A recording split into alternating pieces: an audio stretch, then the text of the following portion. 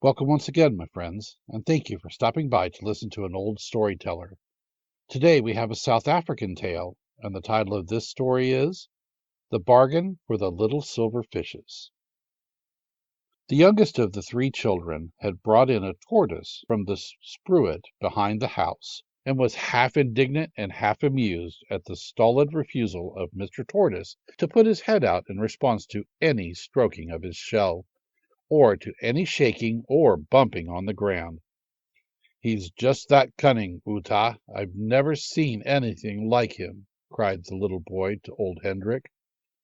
"Well, he's think himself mighty cunning sometimes," answered the old Hottentot genially. "But there was once now, when Klein Hassie wanted to catch him the little silver fishes." "Oh, but that Klein Hassie, that little hare, he is just such a skellum," broke in Annie. "Well," hesitated old Hendrik, "little Hassie is a bit smart, but then he don't get nobody's bones broke anyhow. And besides, Usculpat there, the tortoise, he is just too lazy for ornament, let alone use. It was a this way. Little Hassie, he was a hoppin' and a floppin' along de spruce one day, and he come to where de water was a runnin' clear and fine. And what should he see in the big water hole but all the little silver fishes, just a glintin' and a twinklin'. A la Cratchy, he fair squat right down and watch 'em. They look that good and fine. But little Hashy ain't just like a otter in the water, though there ain't no otter of 'em all could beat him at wantin' dem fishes. So he squat, and he study, and he think till at last he see Ooskulpat a danderin' down, and makin' no more to do but fair flop right in the water, and sorter hang in there wid his nose just out, like a bird might be a hangin' in the air wid his beak catchin' on a cloud. Little Hashy fair cock his one ear at that, to see Ooskulpat do it so easy, and so 20 shillings in the pound, comfy like. "By Jiminy, Skulpat, you looks at home all right," says he. "I is," says Skulpat, and he don't take so much trouble as to turn his head when he speak to little Hassie behind him, much less to turn his body. He sorter shift one eye halfway round, and that's quite enough too, think he. "And what does you do when you was at home?" asked Hassie.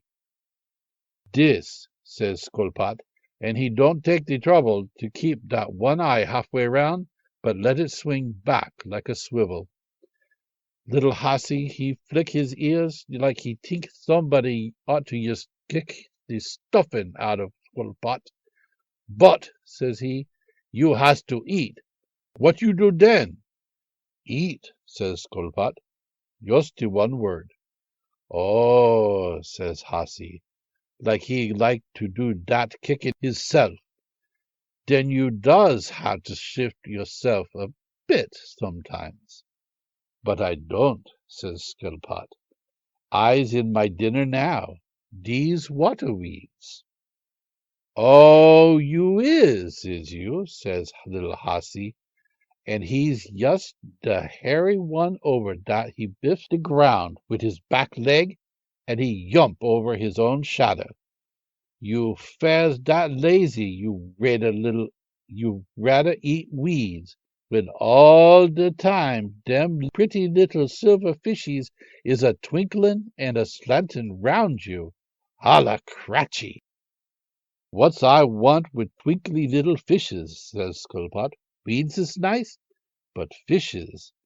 You can keep all de weeds if you gives me de fishies," says Hassie, like he never did hear no such a fathead notion. "Ah, how if I keeps all de weeds anyhow, and lets you do de same wid de twinkly little fishies, eh?"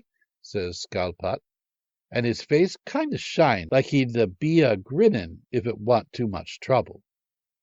Little Hassie squat down again at that, What Uskolpot says is you so right flat and square. The hussy, he fell right flat, too.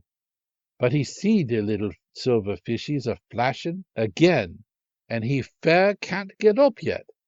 That's so right, says he, but I gots my good clothes on, and they won't do to get wet. What say you now if you was to catch me out a little string of 'em, eh? What says I? Says Skulpot. Rats! Little hussy, he just the mad, he pick up one foot to go, but he's just that gone on dem fishes that he put another foot down to stop. Look a here, says he, if you catch me out some of dem fishes, then I fetch you lots of the nice garden stuff from the farm yonder. Garden stuff, says Skulpot. Ha! Here's weeds. And what if I eats them weeds? What then? Says Hussy. There's more weeds in the next water hole, says Skulpot. But I'll eat them too, says little Hussy.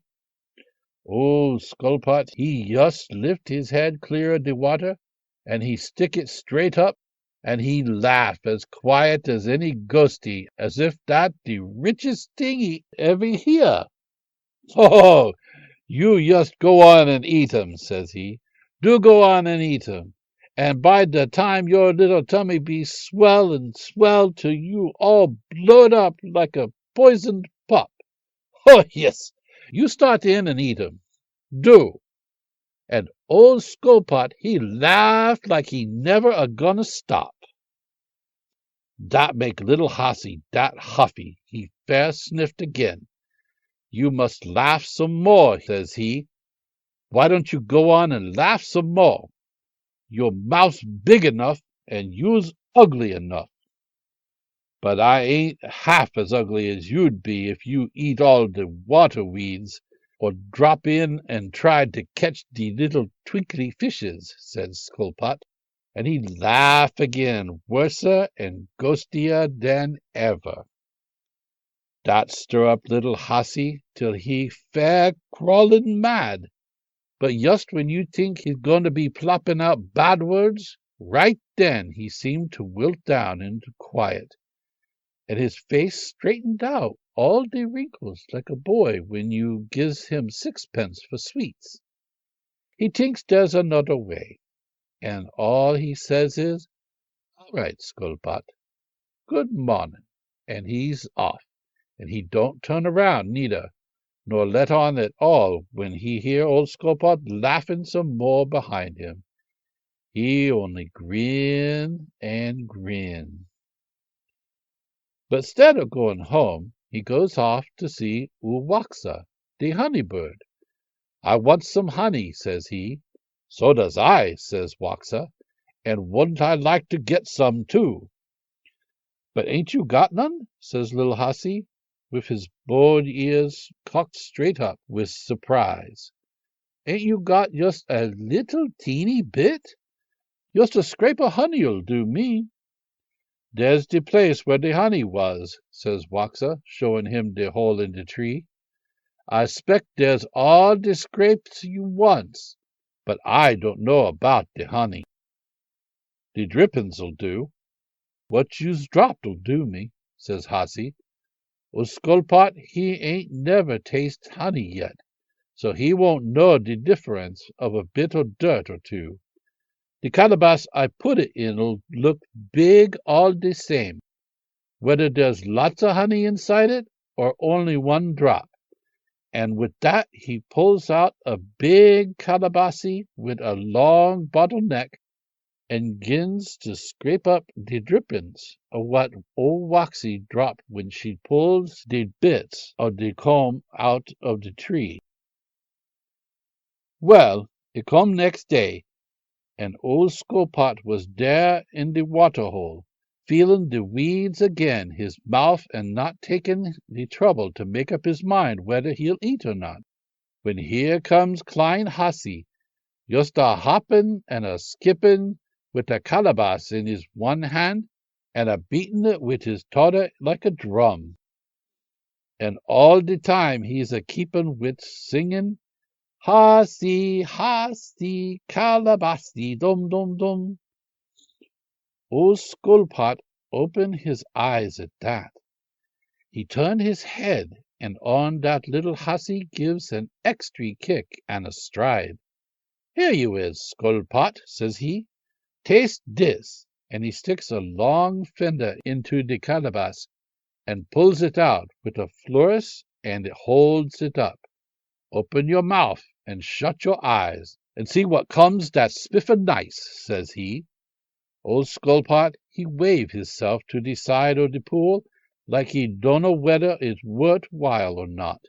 But he come out, and he stick his head up, and open his mouth and shut his eyes, and that's why he don't see the grin come in little Hussy's face, nor the double extra flourish he did give the feather. The Hussy draw the feather through old Sculpy's mouth and out again. As soon as he taste that honey, old Skullpot's eyes flew wide open, and his mouth began a working, all ways at once. "Allah crotchy, but that's fair fino," says he. "Just give me a little teeny bit more of that, won't you?"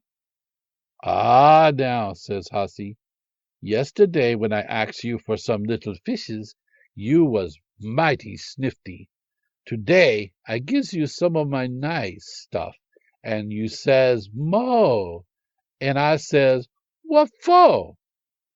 Well, I give you a fish if you gives me some more of that," says Skullpot.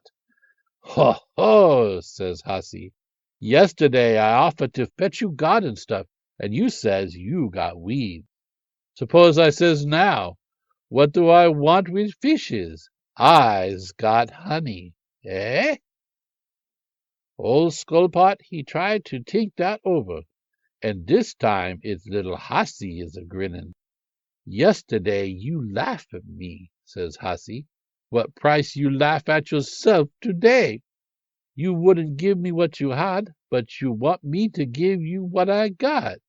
What the difference, Skullpot?" "Honey," says Skullpot, "and you guts it. How many silver pieces you want for that calabash o' honey?" "10," says Hussy. "Right," says Skullpot. "You'll be here in half an hour, and I'll have the 10 ready." Well, little Hussy he hop off with the same old drumming on the calabash, and the same old song, "Hussy, Hussy, calabassy, dum dum dum." Old Skullpot he sets to work to catch them fishes. "But, Otua," interrupted the eldest boy, "how do old Skullpot catch fish?" "Ah," answered the old Hottentot slyly, "that's just what old Skullpot ain't never let anybody see yet. That's why he sent Klein Hussy away till he done it. But anyhow, he catched these year 10 and laid 'em out on the green o' gritty grass, all white and shining silver in the sun. They look mighty fine and tasty, I can tell you. And then along comes little Hussy again with the calabash. "Here's the fish. Where the honey?" said old Skullpot. "Here the honey. Count the fish," says Hussy. They count out the fish, and there was the 10, all right, and one little one beside for bargain. "Dat the style," says Hussy. "Now open your mouth and shut your eyes, and see if this stuff ain't rippin' nice." Old Skullpot he shut his eyes, and he opened his mouth, and little Hussy he flourished the feather out of the calabash with a mighty old twirl, and then he draw it through old Skullpot's mouth, slow and slower till it come out across. Then he yabs it halfway down his throat and draw it back. "There," says he, "ain't that nice?" Old Skullpot he didn't say a word. He just smacked his lips and worked his mouth, and then plank it wide open for more. Little Hussy he sort of considered that open mouth, and he grinned into it, and he slant his eye into it like he looking down it to see what Skulpot had for breakfast. And he pat it under the chin, and den, when he's a-considerin' it some mo', old Skulpot open his eyes and catch old Hussy a-squintin' down his gumses. "Well," says he, "what about the rest of it?" "That's exactly what I wants to know," says Hussy. "That's why I's a-lookin' down your throat, to see where the rest is went to. Here's me tipped up the calabash, and den I rub a tasty nice in your mouth, and den I drop in all the rest, so you'd have a nice 10 minutes suckin' on it. It drop in all right, but a la crotchety, where's it go to? Tell me that, Skulpot, for there ain't no sign of it where I looked." Old Skulpot stretched his eyes wide open at that. "It must have gone somewhere," says Hussy. "Here's the calabash, quite empty for you to see." Old Skulpot cock his eye into the calabash, but he can't see nothing there, and he look at little Hussy, and little Hussy look back like this is the funniest miracle ever was. The Skulpot dive into the inside of his shell to see if perhaps the honey might have gone there, but it ain't, and at last he says, "What you gonna do about it? You gots the fishes, and you gots the honey," says little Hussy. "Where's it then?" says Skulpot. "I put it in this end of you," says Hussy. "You's the one to know what happened to it after that." Old Skulpot, he consider a bit. "Well, I did feel something ticklin' halfway down my throat," says he, "but I didn't feel it no further." "Perhaps that's the way you's made inside," says Hussy. "Halfway down and then a drop." Old Skulpot, he didn't say nothin' to that. He stuck to business. "When's I to have some mo'?" says he. "When I wants more fishes," says Hussy, his big eyes fair a-shinin' wid wonder at the honey still. "And when's dat?" said Skulpot. "When I feels like I'd like some," says Hussy, and he don't grin a bit. "Tomorrow?" asks Skulpot. "All right," says Hussy. "You have the fishes ready, and I'll see about getting some more honey. So long, then." And Mr. Hussy, he picks up the 10 fishes and the little one, and he's offs. Old Skulpot watch him go a minute. "That stuff is taste rippin'," says he. Then he flop into the water again, but he don't eat any weeds. Well, the next day there's old Skulpot ready with the 10 fishes, but there ain't no little one extry this time. And here comes Hussy with the same old drummin' and singin', "Hussy, Hussy, calabassy, dum dum dum." But this time when old Skulpot opened his mouth and shut his eyes, he don't shut them. Not quite. He keep one eye half open. That's the way he seen the gay old flourish little Hussy give the feather and the little drop of honey that is on it too. That the way also he seen the grin on little Hussy's face when Hussy a lookin' in his mouth, where he's touchin' spots here and there with the feather, and he get the suspicion that his one eye spring open wide, and that's the way little Hussy seen just in time that he's a lookin'. But little Hussy, he's a gamey old bird, and he don't turn a hair nor let on in any sort of way.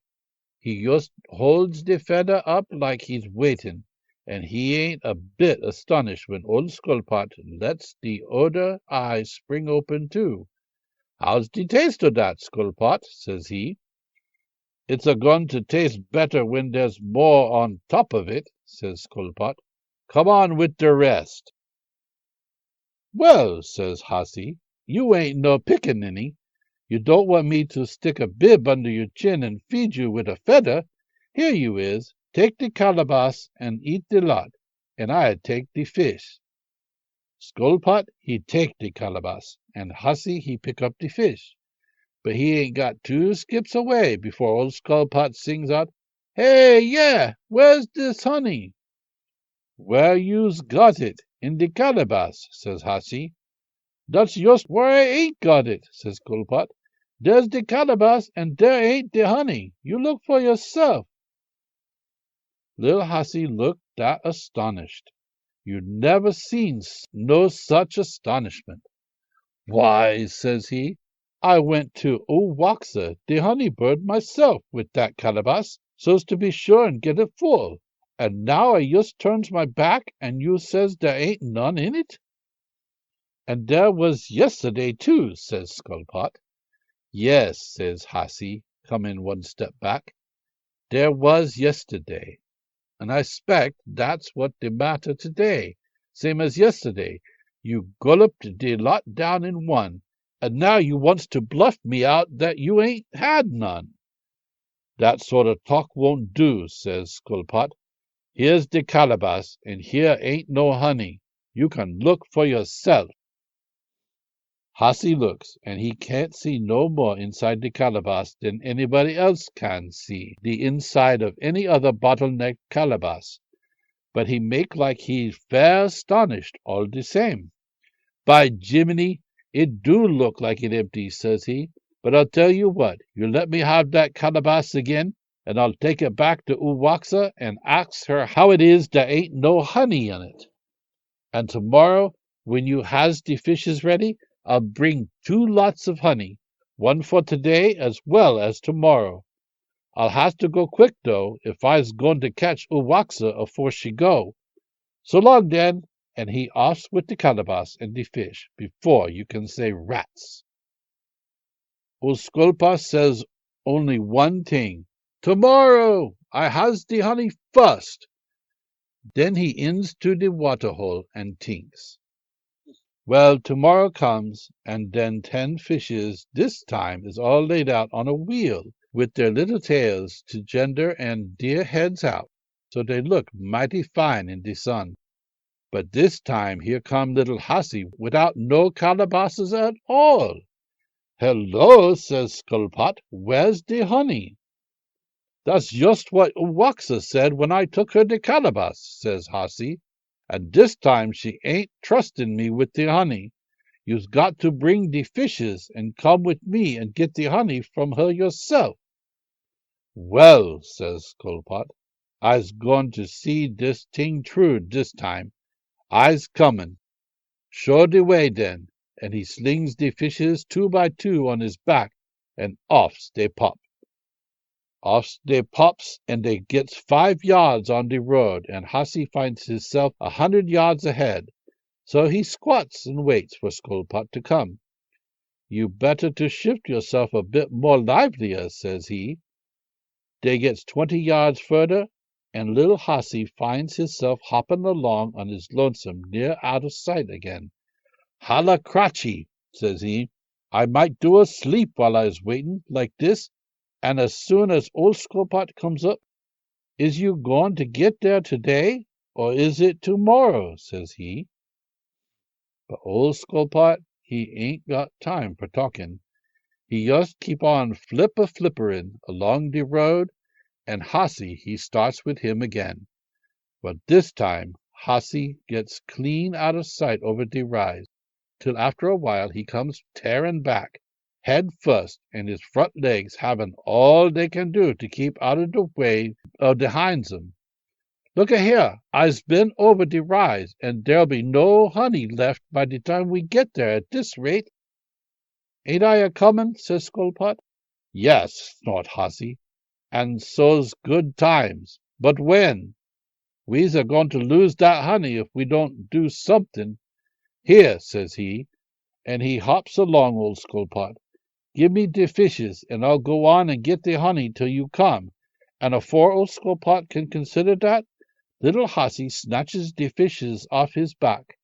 You'll keep comin' along till you gets there, says he, and off he scoot with his legs going yards long. I'll come along in time, says Skulpot, as Hussy go over the rise. I'll keep on. I wants that honey. Well, he did keep on, concluded old Hendrik. He kept on, and he kept on, over the rise and over the veld.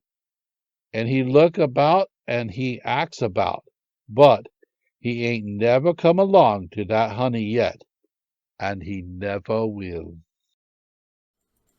Thank you once again for listening to this story. If you enjoyed this story, please press that like button. Also, please help an old storyteller out by subscribing to my channel. The next story will be posted in a few days, so until then, may your story continue to be a good one.